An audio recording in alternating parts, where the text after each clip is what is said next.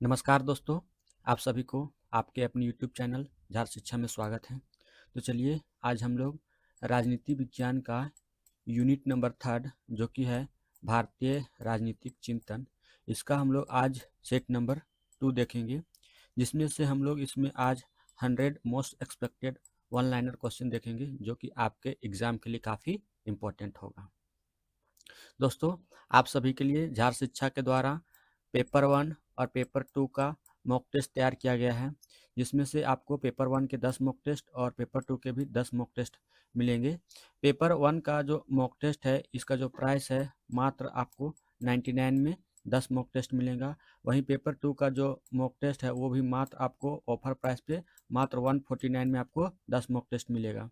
वहीं अगर पेपर 1 और पेपर 2 का अगर बुकलेट चाहते हैं तो पेपर 1 का जो बुकलेट का प्राइस है वो है मात्र 249 है। अभी ये ऑफर प्राइस पे चल रहा है। इसके साथ अगर लेते हैं तो ये जो पेपर 1 का टेस्ट सीरीज है ये भी आपको बिल्कुल मुफ्त में दिया जाएगा, जिसका कोई भी अलग से चार्ज नहीं लिया जाएगा।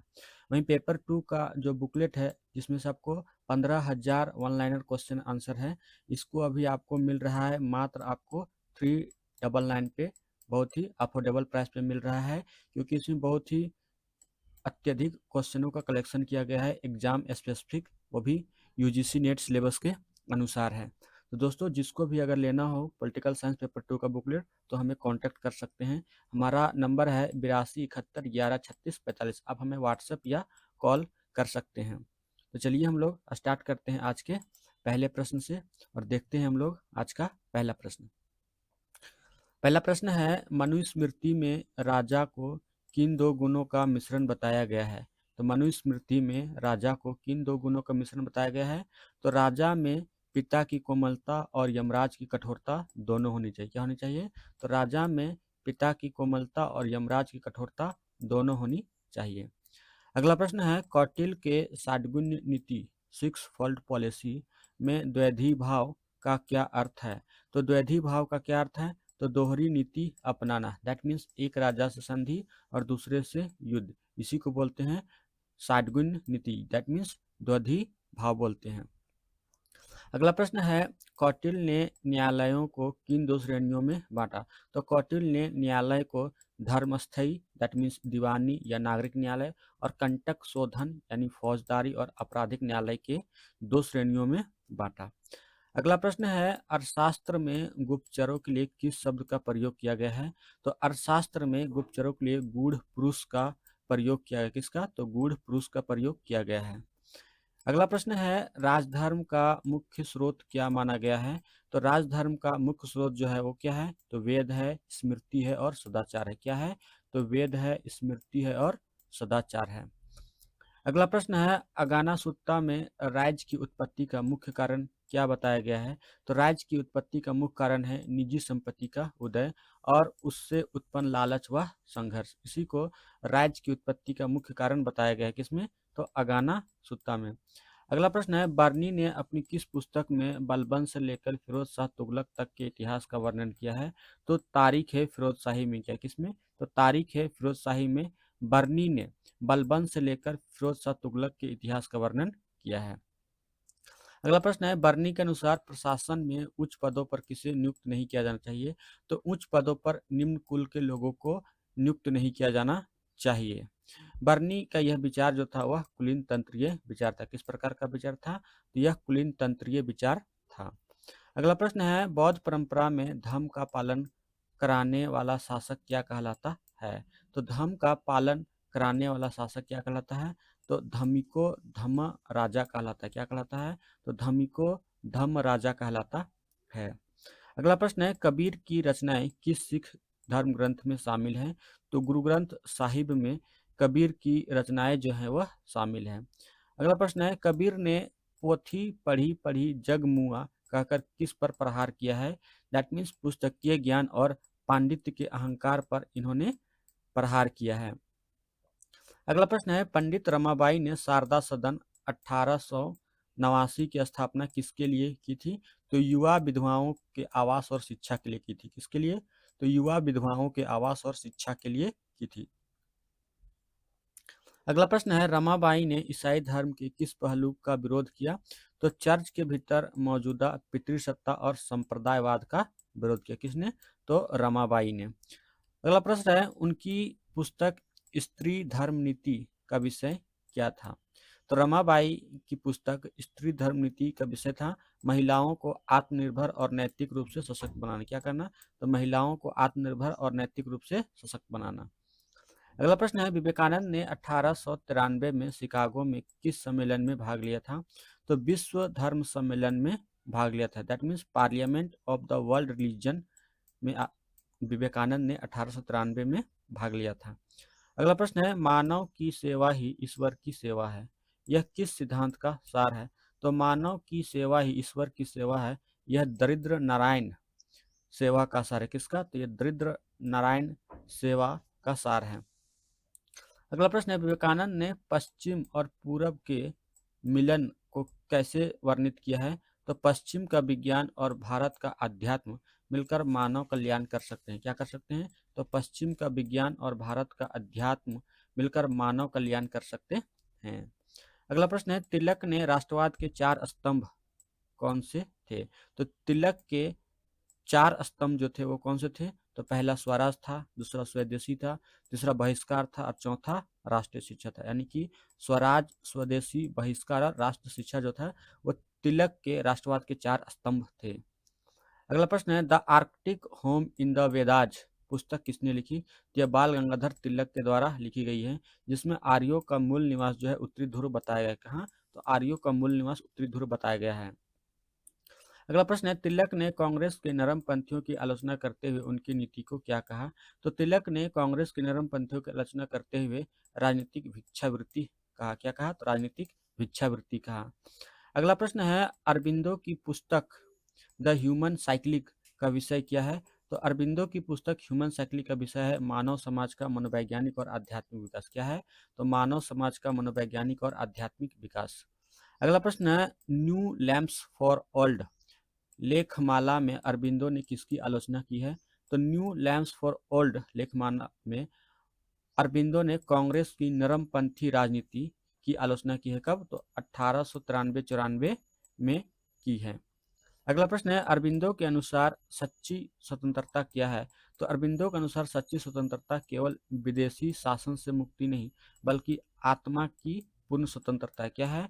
तो विदेशी शासन से मुक्ति नहीं बल्कि आत्मा की पूर्ण स्वतंत्रता है। अगला प्रश्न है, टैगोर का उपन्यास घरे बायरे किस पृष्ठभूमि पर आधारित है? तो घरे बायरे जो है यह स्वदेशी आंदोलन और उसके हिंसक मोड़ पर आधारित है। अगला प्रश्न है, टैगोर ने सत्ता की तुलना किससे की है? तो सत्ता की तुलना एक ऐसी मशीन से की है जिसमें कोई आत्मा नहीं होती। किससे की है? तो एक ऐसे मशीन से की है जिसमें कोई आत्मा नहीं होती है। अगला प्रश्न है, जहां मन भय से मुक्त हो कविता किस संग्रह से ली गई है? तो जहां मन भय से मुक्त हो यह कविता जो है वो गीतांजलि से ली गई है। अगला प्रश्न है, गांधी जी की महासागरीय वृत्त अवधारणा किससे संबंधित है? तो गांधी जी की महासागरीय वृत्त अवधारणा जो है यह सत्ता के विकेंद्रीकरण से संबंधित है। दैट मीन्स गांव केंद्र में और सत्ता बाहर की ओर फैली हो, ऊपर से थोपी नहीं जाती हो। अगला प्रश्न है, गांधी जी ने सर्वोदय शब्द का अनुवाद रस्किन की किस पुस्तक से प्रेरित होकर किया? तो अनटू दिस लास्ट पुस्तक से प्रेरित होकर सर्वोदय शब्द का प्रयोग किया। अगला प्रश्न है, गांधी जी दक्षिण अफ्रीका में किस आश्रम की स्थापना की थी? तो गांधी जी ने दक्षिण अफ्रीका में टॉल्स्टॉय फार्म और फिनिक्स आश्रम की स्थापना की थी।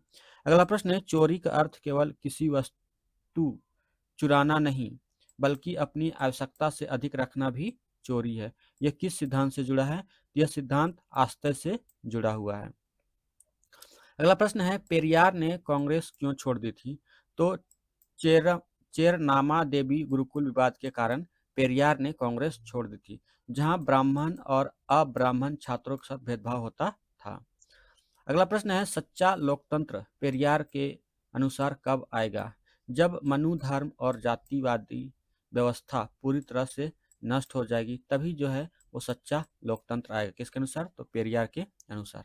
अगला प्रश्न है, पेरियार ने किस प्रसिद्ध सत्याग्रह में महत्वपूर्ण भूमिका निभाई थी? तो पेरियार ने वाइकोम सत्याग्रह में महत्वपूर्ण भूमिका निभाई थी, जो कि मंदिर प्रवेश के लिए था। अगला प्रश्न है, अंबेडकर ने स्वतंत्र लेबर पार्टी की स्थापना कब की थी? तो 1936 में अंबेडकर ने स्वतंत्र लेबर पार्टी की स्थापना की थी। अगला प्रश्न है, राजनीतिक लोकतंत्र कब तक नहीं बच सकता जब तक कि उसके आधार में सामाजिक लोकतंत्र न हो? यह कथन किसका है? यह डॉक्टर अंबेडकर का है, जो कि संविधान सभा के अंतिम भाषण में कहे थे कि राजनीतिक लोकतंत्र तब तक नहीं बच सकता जब तक कि उसके आधार में सामाजिक लोकतंत्र न हो। अगला प्रश्न है, भारत अंबेडकर की पुस्तक थॉट्स ऑन पाकिस्तान कौन सी? तो थॉट्स ऑन पाकिस्तान में क्या तर्क दिया गया? तो मुस्लिम लीग की मांग का विश्लेषण और जनसंख्या की अदला बदली का सुझाव दिया गया था। अगला प्रश्न है, उन्होंने मूक नायक पाक्षिक पत्र कब शुरू किया था? तो डॉक्टर वी आर अम्बेडकर ने 1920 में मूक नायक पाक्षिक पत्र जो है वह शुरू किए थे। अगला प्रश्न है, राज्य और अल्पसंख्यक मेमोरेंडम में अम्बेडकर ने क्या प्रस्ताव दिया? तो राज्य और अल्पसंख्यक मेमोरेंडम में भूमि और प्रमुख उद्योगों का राष्ट्रीयकरण का प्रस्ताव दिया। अगला प्रश्न है, एम.एन. रॉय ने 22 थीसिस में किसका प्रतिपादन किया? तो रेडिकल ह्यूमनिज्म के सिद्धांत का प्रतिपादन किया, जो कि मौलिक मानवतावाद से संबंधित है। अगला प्रश्न है, एम.एन. रॉय ने द्वितीय विश्व युद्ध को क्या माना? तो द्वितीय विश्व युद्ध को फांसीवाद के विरुद्ध अंतर्राष्ट्रीय गृह युद्ध माना। क्या माना? तो फांसीवाद के विरुद्ध अंतर्राष्ट्रीय गृह युद्ध माना। अगला प्रश्न है, एम.एन. रॉय द्वारा लिखित इंडिया इन ट्रांजिशन कब प्रकाशित हुई थी? तो इंडिया इन ट्रांजिशन जो है वह 1922 में प्रकाशित हुई थी।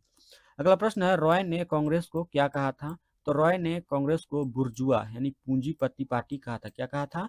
तो बुर्जुआ दैट मीन्स पूंजीपति पार्टी कहा था। अगला प्रश्न है, बी.डी. सावरकर की पुस्तक 6 ग्लोरियस एपोक्स ऑफ इंडियन हिस्ट्री का मुख्य विषय क्या है? तो 6 ग्लोरियस एपोक्स ऑफ इंडियन हिस्ट्री का मुख्य विषय है भारतीय इतिहास के वे दौर जब हिंदुओं ने विदेशी आक्रमणकारियों को हराया। अगला प्रश्न है, सावरकर ने अभिनव भारत नामक गुप्त संस्था की स्थापना कब की थी? यह 1904 में की थी। अगला प्रश्न है, सावरकर के अनुसार हिंदुत्व के 3 अनिवार्य तत्व कौन से हैं? तो हिंदुत्व के 3 अनिवार्य तत्व हैं राष्ट्र, दूसरा है जाति और तीसरा है संस्कृति। अगला प्रश्न है, इकबाल ने अलग मुस्लिम राज्य का विचार सबसे पहले कहाँ प्रस्तुत किया? तो इलाहाबाद अधिवेशन 1930 के अध्यक्षीय भाषण में प्रस्तुत किया। अगला प्रश्न है, इकबाल के अनुसार रूहानी जमहूरियत क्या है? तो रूहानी जमहूरियत क्या है? तो इस्लाम पर आधारित लोकतंत्र है, जो पश्चिमी धर्मनिरपेक्षता से अलग हो। अगला प्रश्न है, उनकी फारसी रचना असरार अखुदी का केंद्रीय विषय क्या है? तो असरार अखुदी का केंद्रीय विषय है व्यक्ति की आंतरिक शक्ति को जगाना। क्या करना? तो व्यक्ति की आंतरिक शक्ति को जगाना। अगला प्रश्न है, नेहरू ने उद्देश्य प्रस्ताव संविधान सभा में कब पेश किया? यह 13 दिसंबर 1946 को पेश किया गया। अगला प्रश्न है, वैज्ञानिक स्वभाव शब्द को लोकप्रिय बनाने का श्रेय किसे जाता है? तो जवाहरलाल नेहरू को वैज्ञानिक स्वभाव शब्द को लोकप्रिय बनाने का श्रेय जाता है। अगला प्रश्न है, नेहरू ने राष्ट्रवाद को एक महान और जीवन शक्ति मानते हुए उसकी किस कमी को इशारा किया? तो यह लोगों को संकीर्ण बनाता है और अतीत के बोझ से दबा देता है। क्या करता है? यह लोगों को संकीर्ण बनाता है और अतीत के बोझ से दबा देता है। अगला प्रश्न है, लोहिया ने एशियाई समाजवाद के लिए कौन से 3 प्रतीक बताए? तो क्या बताए? तो कुदाल, वोट और जेल। लोहिया ने एशियाई समाजवाद के लिए कुदाल, वोट और जेल को 3 प्रतीक बताए। अगला प्रश्न है, जीवित कौमें 5 साल इंतजार नहीं करती, यह कथन किसका है? तो यह राम मनोहर लोहिया का है। इन्होंने सत्याग्रह के संदर्भ में यह कहा था। अगला प्रश्न है, राम मनोहर लोहिया ने मार्क्स के द्वंद्वात्मक भौतिकवाद के स्थान पर क्या सिद्धांत दिया?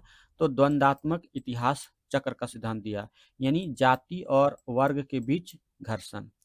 अगला प्रश्न है guilty man of India's partition पुस्तक किसने लिखी? तो guilty man of India's partition जो है ये राम मनोहर लोहिया की पुस्तक है। अगला प्रश्न है जेपी ने जेल डायरी यानी कि प्रिजन डायरी कब लिखी?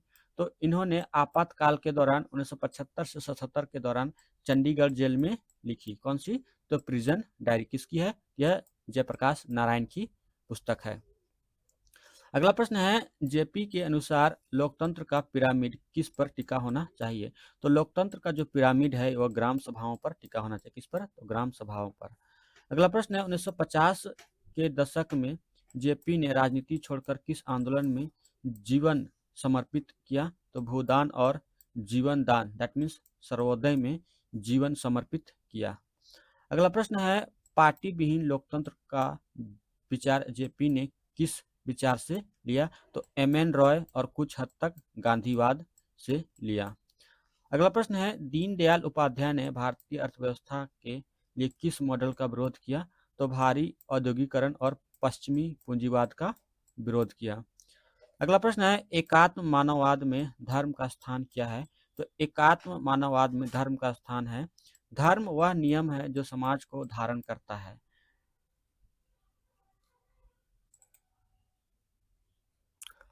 अगला प्रश्न है राष्ट्र जीवन की दिशा पुस्तक के लेखक कौन है? तो राष्ट्र जीवन की दिशा पुस्तक के लेखक जो हैं वो दीनदयाल उपाध्याय। कौन? तो दीनदयाल उपाध्याय हैं। अगला प्रश्न है अंबेडकर और गांधी के बीच ग्राम स्वराज पर क्या मतभेद था?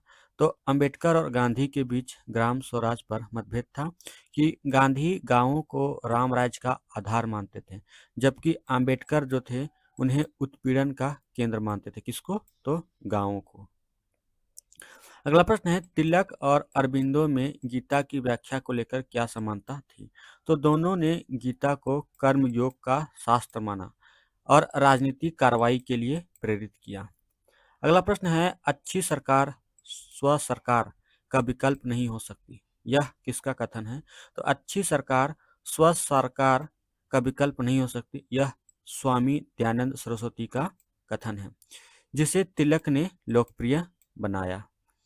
अगला प्रश्न है द रिडल्स इन हिंदुइज्म किसकी अपूर्ण कृति है? यह वी.आर. अंबेडकर की कृति है। The riddles in Hinduism. अगला प्रश्न है बंदी जीवन पुस्तक क्रांतिकारियों की बाइबिल से कौन सा विचारक प्रभावित था? यह सचिंद्र नाथ सान्याल की है, लेकिन सावरकर और भगत सिंह के विचारों से जुड़ी है। सावरकर ने पुस्तक हिंदुत्व 1923 में आई। सावरकर की जो पुस्तक हिंदुत्व जो थी वह 1923 ईस्वी में आई थी। अगला प्रश्न है व्हील ऑफ हिस्ट्री पुस्तक के लेखक कौन है? तो व्हील ऑफ हिस्ट्री पुस्तक के लेखक राम मनोहर लोहिया है। कौन? तो राम मनोहर लोहिया है। अगला प्रश्न है इंडिपेंडेंट इंडिया पत्रिका किसने शुरू की? तो इंडिपेंडेंट इंडिया पत्रिका जो है यह एम.एन. रॉय के द्वारा 1937 ईस्वी में शुरू की गई। अगला प्रश्न है कॉमनवेल्थ और न्यू इंडिया किससे संबंधित है? तो कॉमनवेल्थ और न्यू इंडिया जो है यह एनी बेसेंट से संबंधित है, जो कि तिलक के समकालीन होम रूल आंदोलन एनी बेसेंट के द्वारा भी चलाया गया था। अगला प्रश्न है हरिजन नवजीवन और यंग इंडिया का संपादन किसने किया? तो हरिजन नवजीवन और यंग इंडिया का संपादन जो है यह महात्मा गांधी के द्वारा किया गया। अगला प्रश्न है कौटिल्य ने राज्य के शत्रुओं को कितने प्रकार से बताया है? तो कौटिल्य ने राज्य के शत्रुओं को 3 प्रकार का बताया। पहला सहज यानी प्राकृतिक, दूसरा कृत्रिम यानी कि किए गए कार्यों के कारण, और तीसरा प्रकृत यानी कि पड़ोसी। अगला प्रश्न है स्वराज हमारा जन्मसिद्ध अधिकार है का नारा तिलक ने सबसे पहले कब दिया? तो 1916 ईस्वी में लखनऊ अधिवेशन और बेलगाम में इन्होंने दिया। अगला प्रश्न है गांधी जी ने क्रिप्स मिशन 1942 को क्या कहा था? तो गांधी जी ने क्रिप्स मिशन 1942 को पोस्ट डेटेड चेक कहा था। क्या कहा था? तो पोस्ट डेटेड चेक कहा था। अगला प्रश्न है पेरियार ने रामायण के पात्र रावण को किसका प्रतीक माना है? तो रावण के पात्र को एक महान द्रविड़ नायक का प्रतीक माना है। किसने? तो पेरियार ने। अगला प्रश्न है एम.एन. रॉय कम्युनिस्ट इंटरनेशनल के सदस्य कब बने?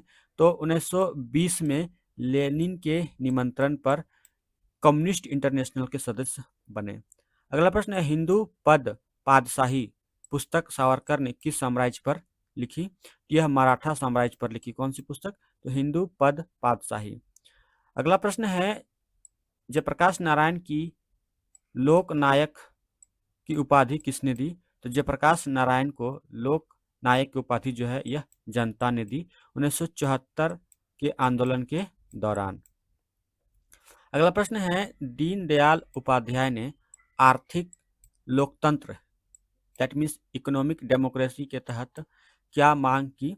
तो हर हाथ को काम और हर खेत को पानी। क्या मांग की? तो हर हाथ को काम और हर खेत को पानी। अगला प्रश्न है, पंडित रमाबाई को केसर-ए-हिंद पदक क्यों दिया गया? तो समाज सेवा और अकाल राहत कार्यों के लिए केसर-ए-हिंद का पदक दिया गया। अगला प्रश्न है, धर्म के बिना राजनीति मृत्यु जाल है। धर्म के बिना राजनीति जो है यह मृत्यु जाल है। यह किसका कथन है? यह एम.के. गांधी का कथन है। अगला प्रश्न है, लोहिया ने भारत पाक महासंघ का सुझाव क्यों दिया? तो विभाजन के कृत्रिम घावों को भरने और शांति के लिए। अगला प्रश्न है, नेहरू के लिए लोकतंत्र का अर्थ केवल राजनीतिक नहीं बल्कि और क्या था? यह जीवन का एक तरीका है, यानी कि वे ऑफ लाइफ और मानसिक वृत्ति है। अगला प्रश्न है, टैगोर ने जलियांवाला बाग हत्याकांड जो कि 1919 में हुआ था के विरोध में कौन सी उपाधि लौटा दी? तो नाइटहुड की उपाधि लौटा दी। दैट मीन्स नाइटहुड या सर की उपाधि भी बोलते हैं, वो लौटा दी। अगला प्रश्न है, कबीर के अनुसार गुरु का स्थान किससे ऊंचा है? तो गोविंद यानी कि ईश्वर से भी ऊंचा है। उन्होंने किस में कहा? तो गुरु गोविंद दो खड़े काके लागू पाए दोहे में कहा है। अगला प्रश्न है, मनु ने राज्य की उत्पत्ति किस कारण से बताई है? तो मनु ने राज्य की उत्पत्ति जो है किस कारण से बताई है? तो मत्स्य न्याय के कारण बताई, यानी कि अराजकता के भय से रक्षा के लिए। अगला प्रश्न है, बर्नी के अनुसार जहांदारी का क्या अर्थ है? तो बर्नी के अनुसार जहांदारी जो है वो राजनीतिक शासन कला है। अगला प्रश्न है, तिलक ने गणपति उत्सव को सार्वजनिक रूप कब दिया? तो 1893 में गणपति उत्सव को सार्वजनिक रूप दिया। अगला प्रश्न है, आध्यात्मिक राष्ट्रवाद का जनक किसे कहा जाता है? तो आध्यात्मिक राष्ट्रवाद का जनक बंकिम चंद्र चटर्जी को कहा जाता है और बाद में अरबिंदो ने इसे विकसित किया। अगला प्रश्न है, अंबेडकर ने किस वर्ष मनुस्मृति दहन किया? तो यह 1927 में किया था, महाड़ सत्याग्रह के दौरान। कब? तो 1927 में। अगला प्रश्न है, क्रांति केवल बंदूक की नली से नहीं निकलती, यह विचार भारतीय संदर्भ में किसने पुष्ट किया? तो जयप्रकाश नारायण ने पुष्ट किया। कब? तो संपूर्ण क्रांति शांतिपूर्ण थी, इसके संदर्भ में। दोस्तों, ये वीडियो आपको कैसी लगी? वीडियो अच्छी लगी तो वीडियो को आप लोग लाइक शेयर, और जो लोग भी हमारे चैनल में नए जुड़ते हैं वो लोग हमारे चैनल को ज़रूर से ज़रूर सब्सक्राइब कर लें। आपको हमारे चैनल से ज़रूर ही मदद मिलेगी। वीडियो देखने के लिए आप सभी को धन्यवाद। जय हिंद, जय भारत, जय झारखंड, जय जोहार।